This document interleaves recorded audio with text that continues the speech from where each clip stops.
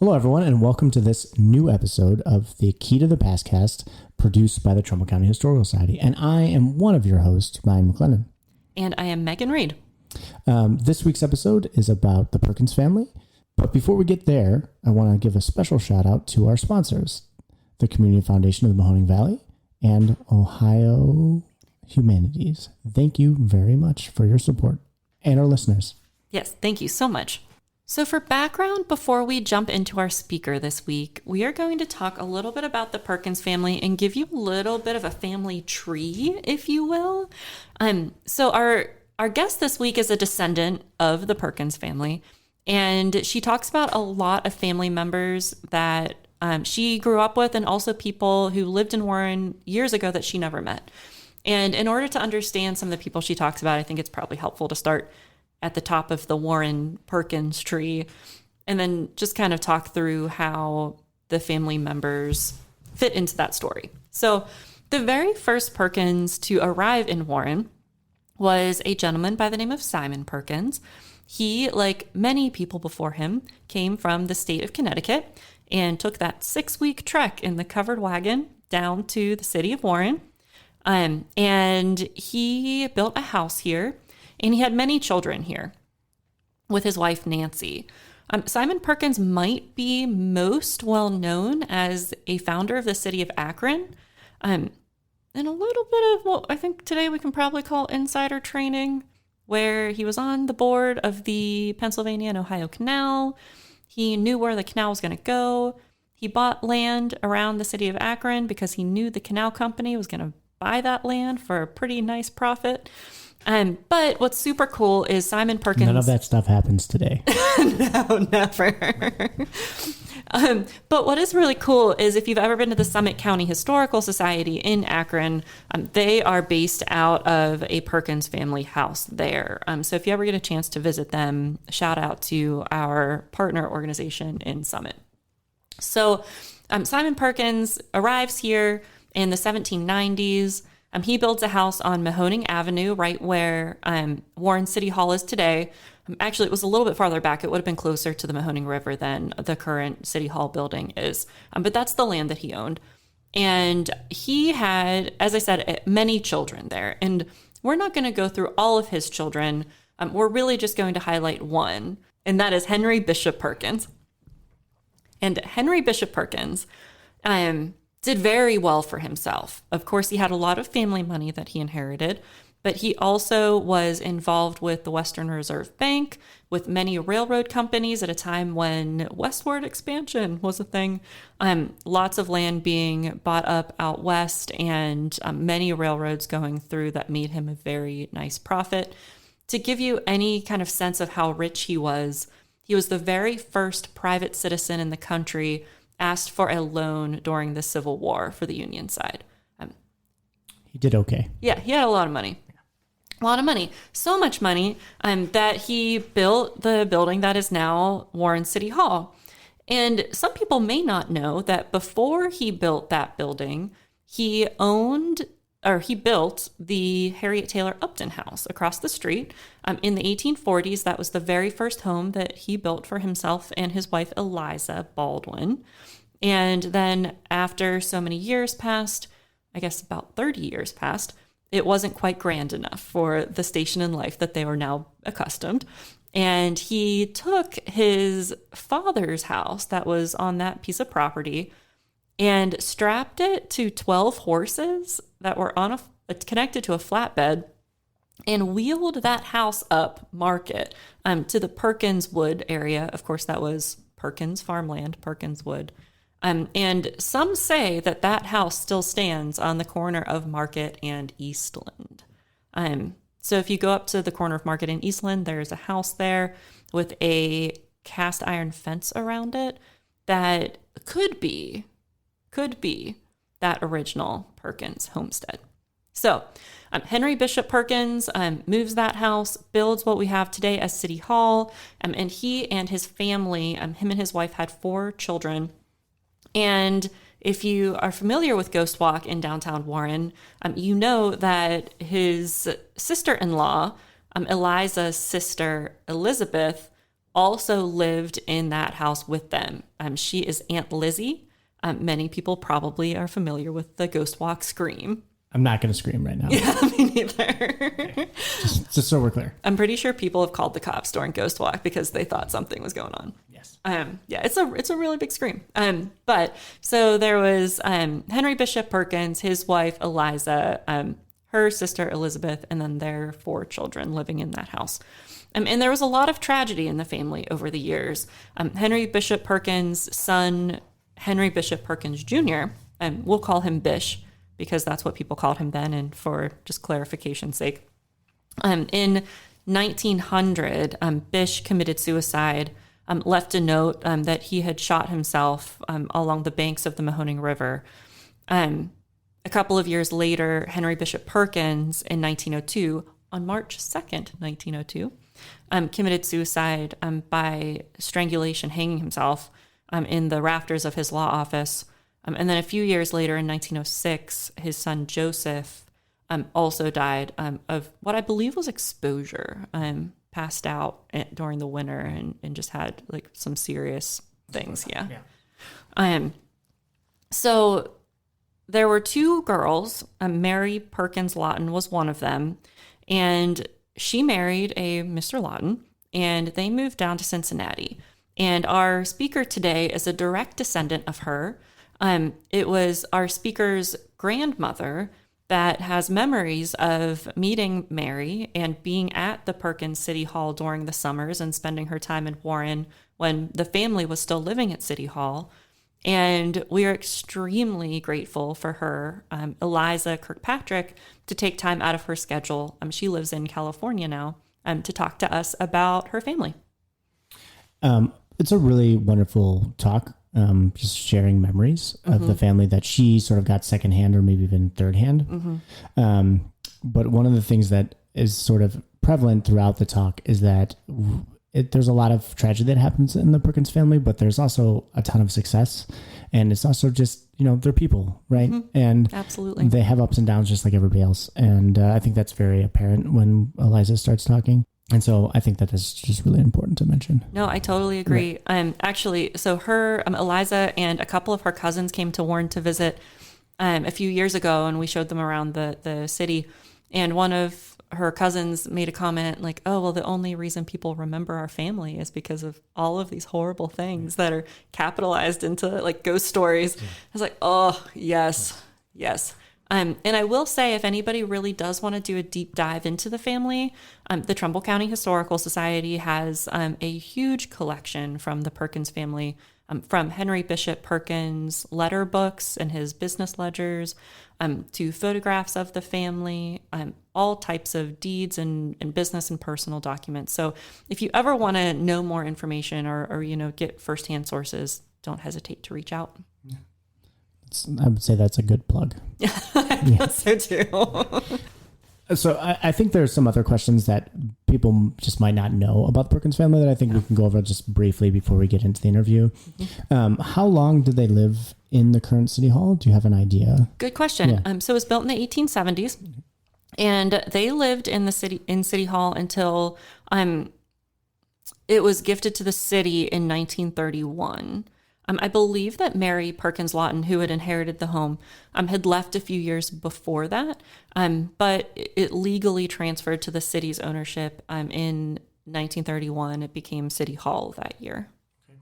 So you talked about the Perkins homesteader house, more or less, that may or may not still exist. What other properties they were involved in real estate did they purchase, make, build, and more? It's a great question. There's a couple that survive today. Of course, we talked about the Upton house. So right across the street, it's the blue house on the corner of Mahoning and Monroe. And the other one that is very directly associated with the Kinsman, or with the one that is very closely associated with the Perkins family is the Kinsman house. The oldest remaining home on Mahoning Avenue, or Warren's Millionaires Row, built in 1832. And Simon Perkins built that house for his daughter Olive as a wedding gift to Frederick Kinsman. The wedding gift, I believe, included the house, the furniture, and also domestic servants inside the house too. So it would have been quite the wedding gift. Wow. Yeah.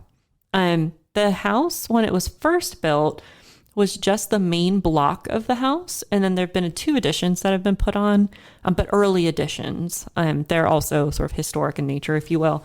And then the building behind the Kinsman house, currently the Trumbull County Tourism Bureau's office, was at the time the land office where Simon Perkins and Frederick Kinsman would have worked. Very interesting. And with that, we'll welcome our speaker today. Yeah. Welcome, Eliza.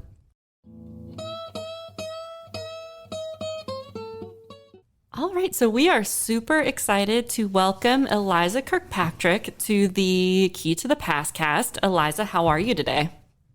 Hi, how are you, Megan? Very good. Over the years, the Perkins family has become a staple. It's, they're entrenched in Warren history. From everything to their mansion now being our local city hall building, to Perkins Park, to, of course, the stories that most of our listeners will have heard on Ghost Walk. I feel like in some ways the Perkins family is this sort of, it's hard to keep them grounded. Does that make sense? Yeah, I think maybe like myth. Yeah. Like a mythos around the family. Yes.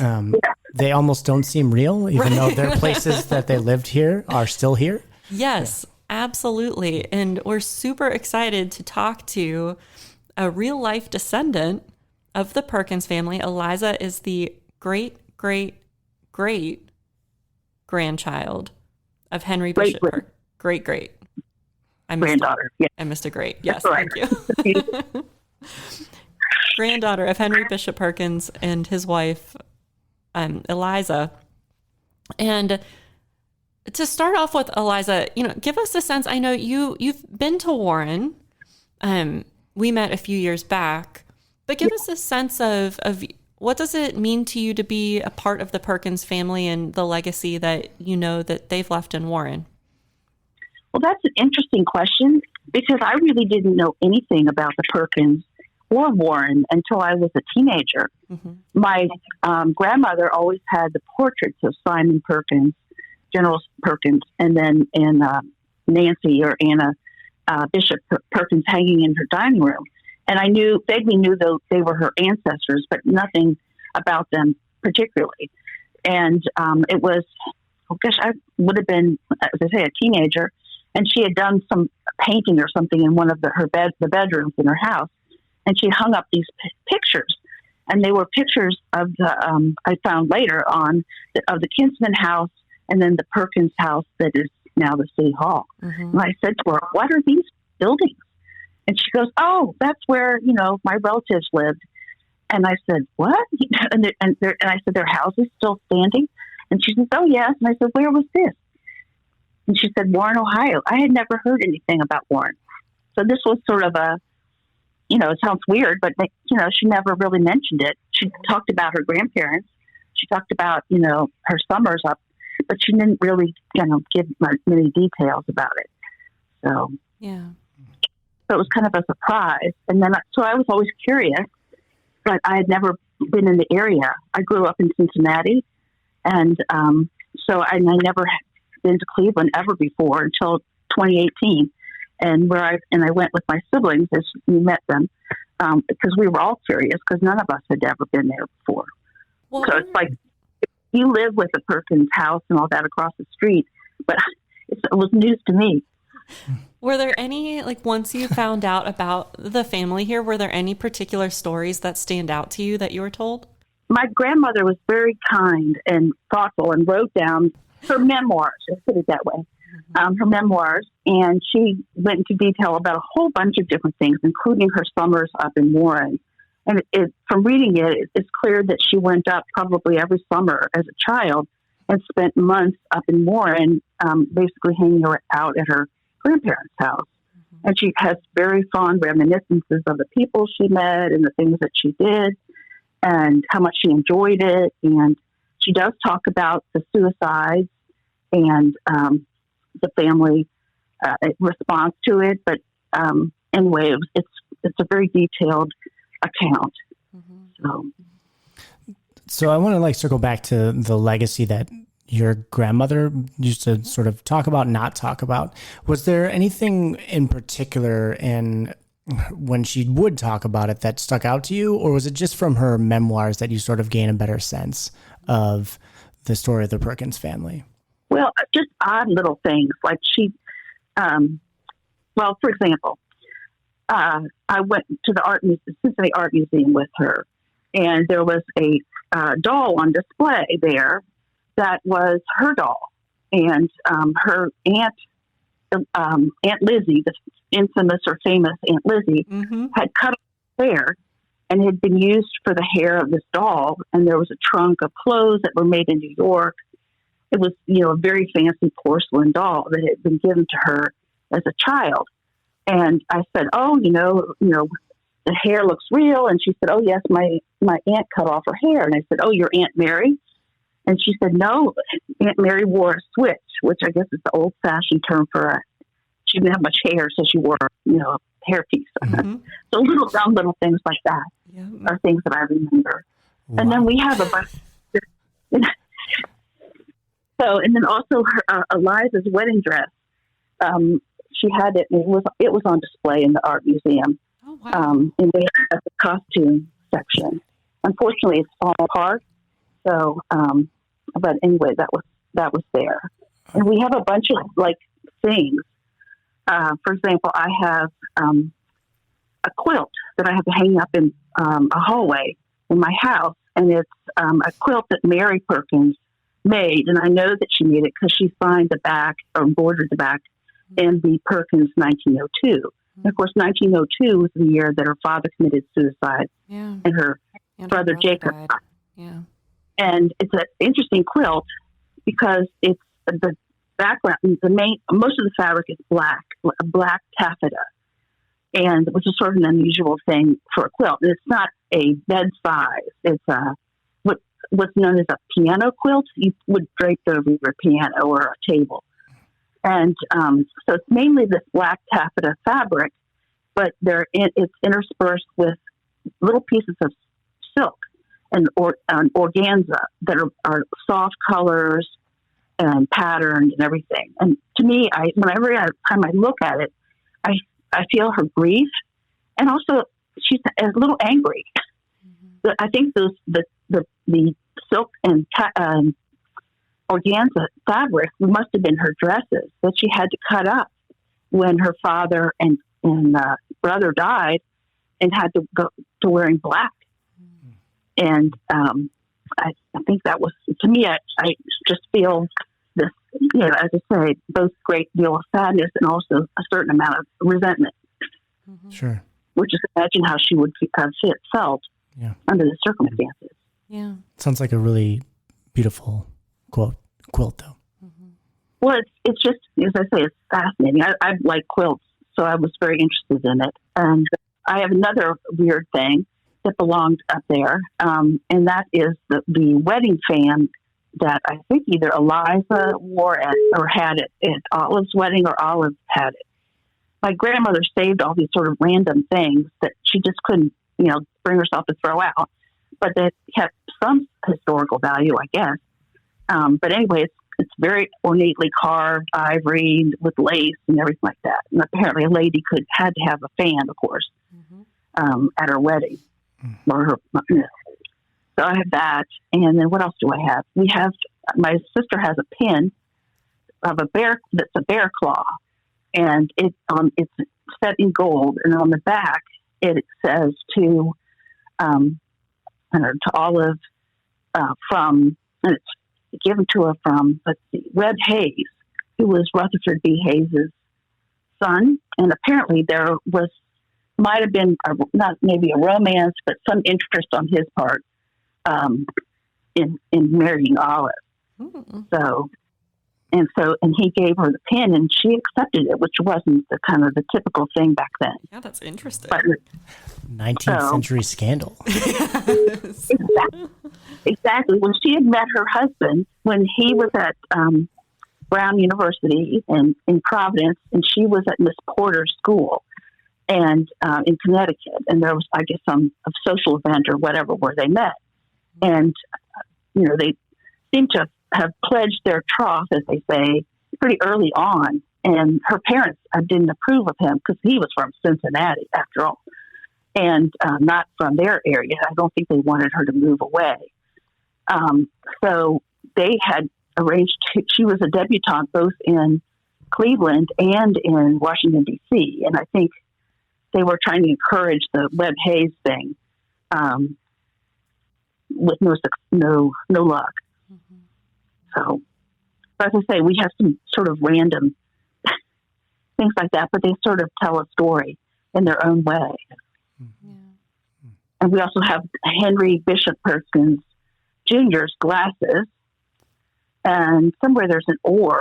He was the captain of the freshman crew team at Yale. Yep. And we have the oar somewhere. I don't know which one of the kids has it. Wow. I'm trying to think what else we have of his. We have his pocket watch. Wow. So it's just, as I say, a bunch of random objects. That's incredible. That is. I mean, that's how we tell the story of our areas, through those objects that have been left behind by generations. Yeah, absolutely. It's interesting that, again, kind of going back to what we were talking about in the beginning, there is so much like mythos surrounding the Perkins family. And in some ways you could say that like the tragedy and the trauma of the family has been like very baked into the like culture of our community in some ways, with like Perkins Park and Warren City Hall, and knowing that some objects survive from the people that experienced those like really, like very significant events in their lives, like very much humanizes it. And hearing you talk about that.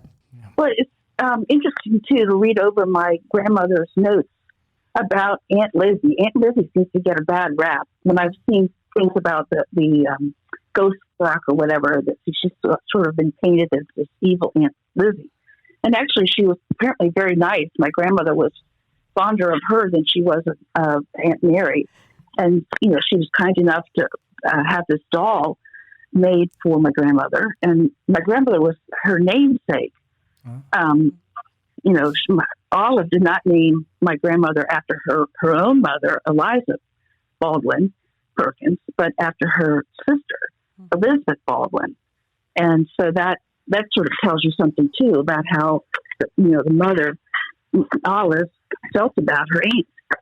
So, and I think Aunt Liz is an interesting person in that she was 14 years younger than Eliza, yet she moved when she was 14 to live with Eliza and Henry, and she never seemed to have moved, back home. And I've always wondered, why did she do that? Because her mother and father were still alive. There's still other children at home. Yeah. So, you wonder why. I also think... Oh, go ahead. No, you go ahead. I was just going to say, I've always found it very interesting that when they built the city, the Perkins mansion, they built Elizabeth, they built Aunt Lizzie a bedroom on the first floor. Like they didn't give her a bedroom on the second floor, which always seemed very odd to me. Yeah, and I've wondered about that too, because that seems so odd to me. Henry Perkins describes her in his will as his sister, not his sister-in-law, and he leaves her property in Cleveland so that she could, get the rents from, so that she would be guaranteed an income for life. So she was obviously a very important part of the family, and worked very hard.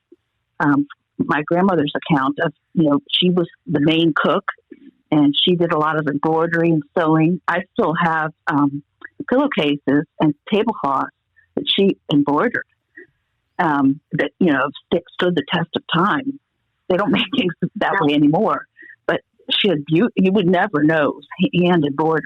It's beautifully done, just beautiful. And so she, it seems so funny to have her be described as sort of this, as I say, this sort of evil creature, but she sounds like she's pretty nice. Right. So, It's very interesting. We know her not only from Ghost Walk because of the scream that is Aunt Lizzie's scream, one of the actors does every year, but also our local brewery here has an Aunt Lizzie pumpkin beer that gets put out in October. Yeah. We'll have to, I don't know how we'll send it to you, but we'll send you a 4-pack. We can definitely do that. That's hysterical. Yeah. So that is funny. Yeah. Well, in particular, since Henry Bishop Perkins was very much a teetotaler, and his children weren't, but he was. So, and he tried to get his sons not to drink, but they obviously didn't pay attention. So. We'll let Modern Methods know. Yes. And it sounds like we also have to go to the art museum in Cincinnati. We do. I know. Yeah, I'm surprised that my grandma, now looking back on it, that she gave all this stuff to the art museum. But I don't know whether there was a historical society in Trumbull County then, or a place that they would exhibit things. Mm-hmm. She kept in touch with one of her childhood friends, who was Mrs. Hurlburt, who was the publisher. Oh, Helen Hurlburt. Yep. Yeah, they were the same age, and they used to play together. As when my grandmother was up in Warren for the summers, and my grandma, that's who sent my grandmother the pictures of the houses. I guess she was published other things besides the Warren Tribune, or what's it called, the newspaper.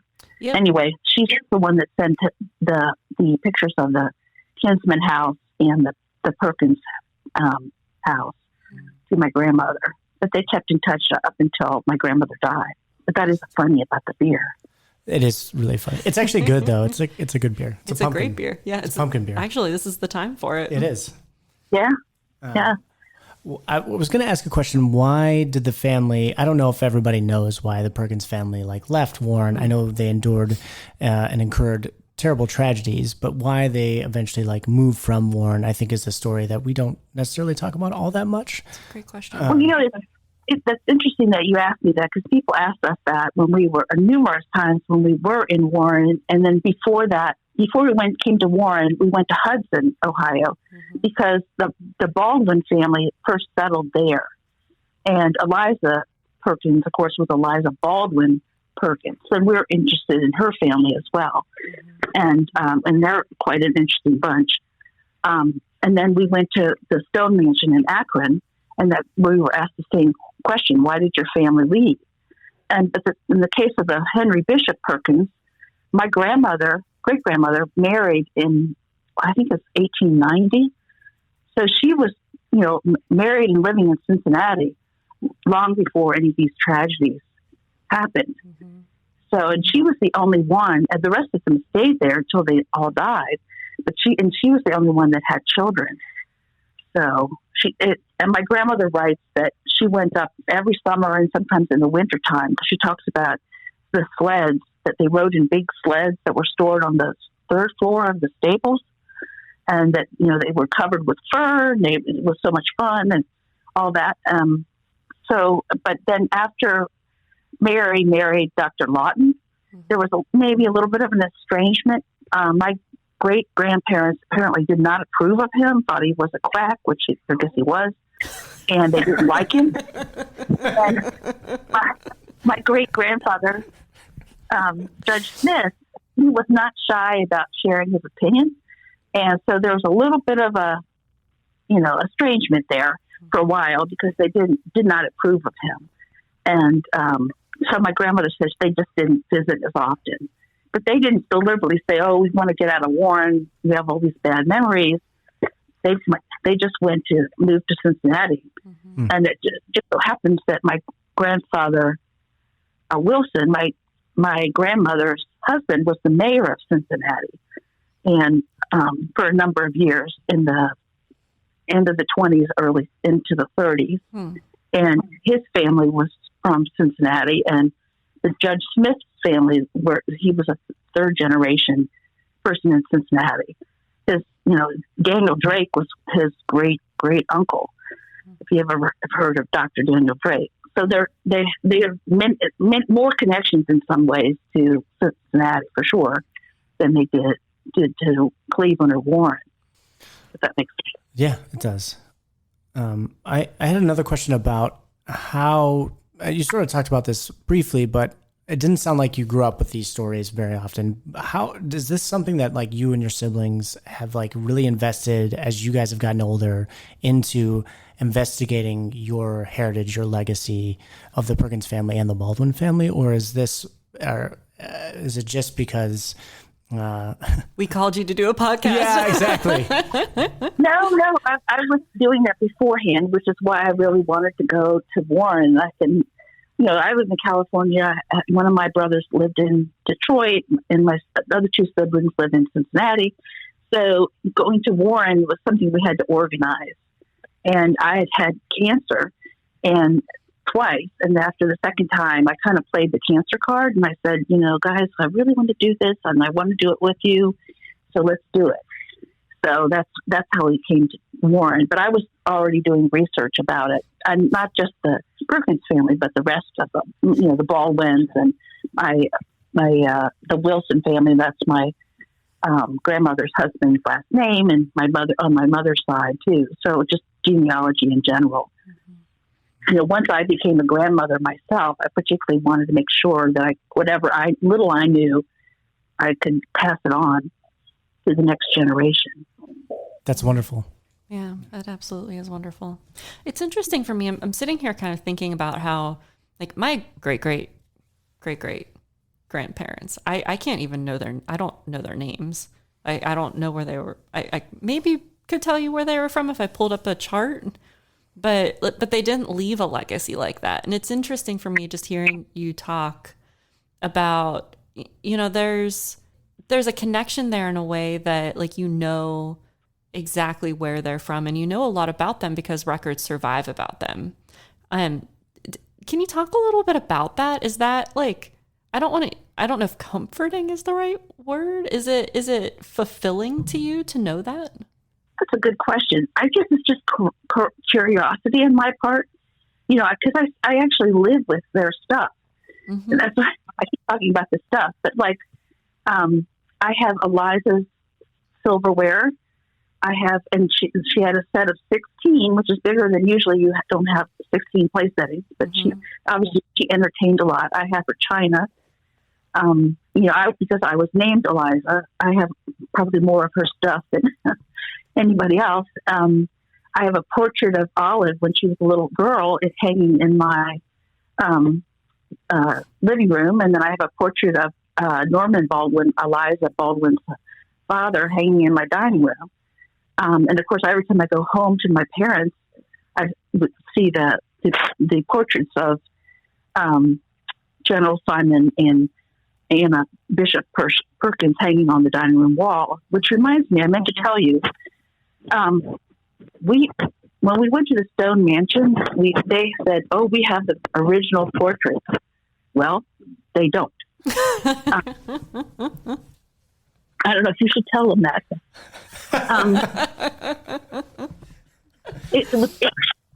It's clear when Simon and Nancy died, copies were made of the portraits and distributed among their living children. Huh. And we have one portrait of Simon Perkins, which is very well done, very detailed, the sort of lace on his cuffs, all that. And it's on an oil on panel. In the other portrait we have of Nancy is oil on canvas.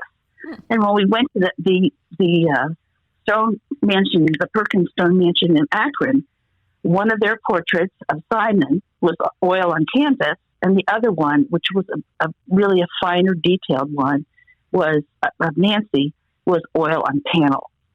So my guess is Simon and Henry got the actual original, split the original portraits, and the others were all just copies.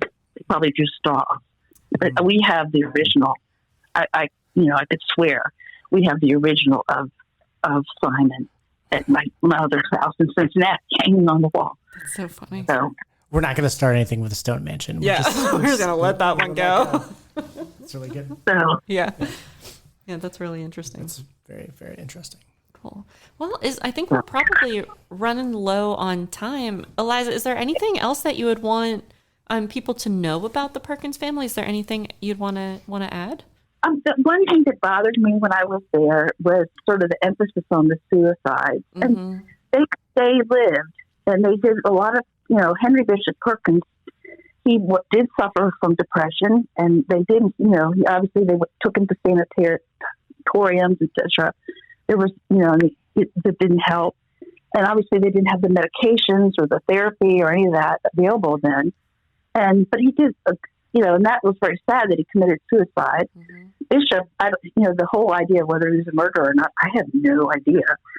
I've heard that he got a girl pregnant and she had her head cut off. I heard that she took poison.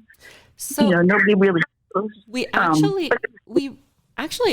Last year we found her coroner's report. And oh, really? Yeah, and it was Martha Brown. And the coroner's report says that she was found with a poison in her system. I can't remember. Was it, sir? I can't remember. Arsenic. It was arsenic in her system. But it's impossible to know how it got there or how or why she died. Okay, because when we visited, somebody said, "Oh, he had cut her off her head." Oh no! Oh no! So we don't know whether he murdered her or whether she committed suicide. Yeah. Right. Or they had no relationship with each other. We don't even know any of that. But it does sound like I was reading his Yale class notes. When people die, the other classmates might write a memorial. And it does sound like he started out really well and was happy and everything, but then became more troubled during his time there. So, he may have had some kind of, my grandmother thought it was schizophrenia, but it could have been something else. But a lot of times mental illnesses show up in young adults. Mm-hmm. They don't show up when they're children. Yeah. But I feel like, at least with Henry Bishop Perkins Sr., he accomplished a lot of good things, and it's too bad that he's remembered mostly for the sad parts. But it is what it is. It's a very good point. I mean, I think another way to sort of elaborate on it is that something that Megan touched on and you continue to touch on, which is that like the family has continued on, right? Mm-hmm. That they've had a legacy and a lives of their own and have prospered, in their own right and in their own ways. And I think that that's a testament to what the Perkins and Baldwin family like endured in the early parts of the 19th century. Yeah. I think that's a good way to put it. Yeah. So. Well, thank you, Eliza. I hope that our local listeners will take that to heart. We're all having fun with it, so to make it. But anyway, I used to be a nurse, so I always think about suicide in terms of a mental health issue, obviously, and that hopefully that there are people out there, who are encouraged by these stories, that this is a good thing to do or whatever. So, cool. Well, thank you so much for taking the time to talk to us. Thank you. Sorry, I interrupted you long one, but I just want to say it was a pleasure talking to you, and it was. Oh, it's good to talk to you guys. And we do have all this stuff, and if you, we're looking at the next generation, and they're not interested in it at all. So, if you think any of the historical society would be interested in any of it.